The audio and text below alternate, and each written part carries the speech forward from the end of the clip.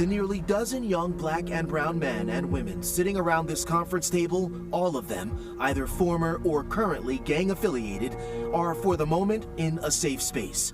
A far cry from the threats or dangers they might have encountered a few years ago in their home neighborhood of Bed-Stuy, Brooklyn. How many of you would have seen someone else at this table as the other side, the ops, the enemy? Raise your hand. This extraordinary gathering, a continuation of the hard work this group started in 2023 as part of Project Restore Bed-Stuy. It's been so successful, a documentary was made about this critical work, and this group gracious enough to allow Community Close-Up to sit in on one of their recent sessions held on neutral ground, Columbia University's pristine campus in Manhattan. We are blurring some of these faces out of concern for their safety. Somewhere down the road, we squeeze this question in around, like, what would it look like to have no beef in the neighborhood? What it would look like to wake up and not have to look over your shoulder and worry about whether your safety is going to be in jeopardy.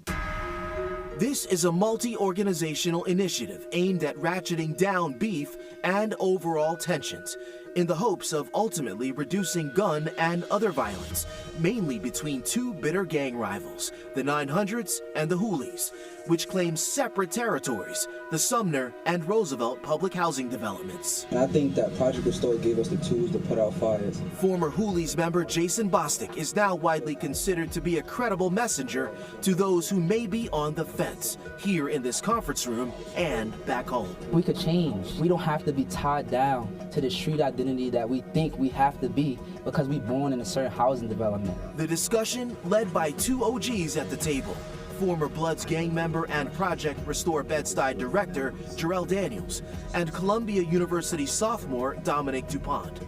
Dominic spent 20 years in prison and Jarrell 6 years, both for gang-related crimes they committed in their youth. I want them to carry with them the idea that anything's possible.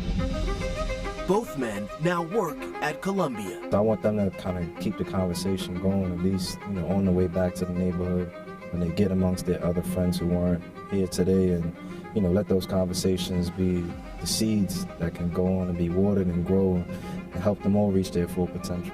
It's hard to underestimate the importance and value of someone who looks like them returning to their respective neighborhoods for everyone to see, with the skills and talent that can change their trajectory. And this isn't all just talk. Columbia's data shows Project Restore's work led to a 28% decline in the number of shooting victims and prevented at least 5 retaliatory shootings. That is at the catalyst of what we do here. They don't have to be identified by that one worst moment in their life. And there's a ripple effect with that, a positive ripple effect. A lot of this stuff is getting stuff out of the way. Gabriel Feldman is project director for the Columbia Center for Justice. The Center for Justice is a research lab, but we run interventions. We also work with government, and we are embedded in the community. Deanna Logan is director of the Mayor's Office of Criminal Justice. What we are seeing in investing in this type of programming is ripple effect.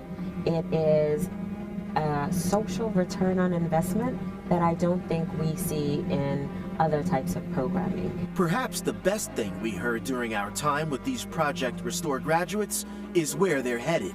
How many people are enrolled in college at this table? How many people want to be? In fact, Brooklyn District Attorney Eric Gonzalez tells Community Close-Up Project Restore was so successful and so impactful that his office, which secured the initial funding for PRB, is now planning, thanks to new funding from the Mamdani administration, to replicate those same efforts in other troubled neighborhoods. I said, as district attorney, I could do more than just simply prosecute cases where people have committed crimes. I'm going to try to prevent these crimes. Next stop, Brownsville, Brooklyn. A place where this is desperately needed, a place that historically is always 1 or 2 in the city in terms of gun violence. And I think we're going to see really tremendous results.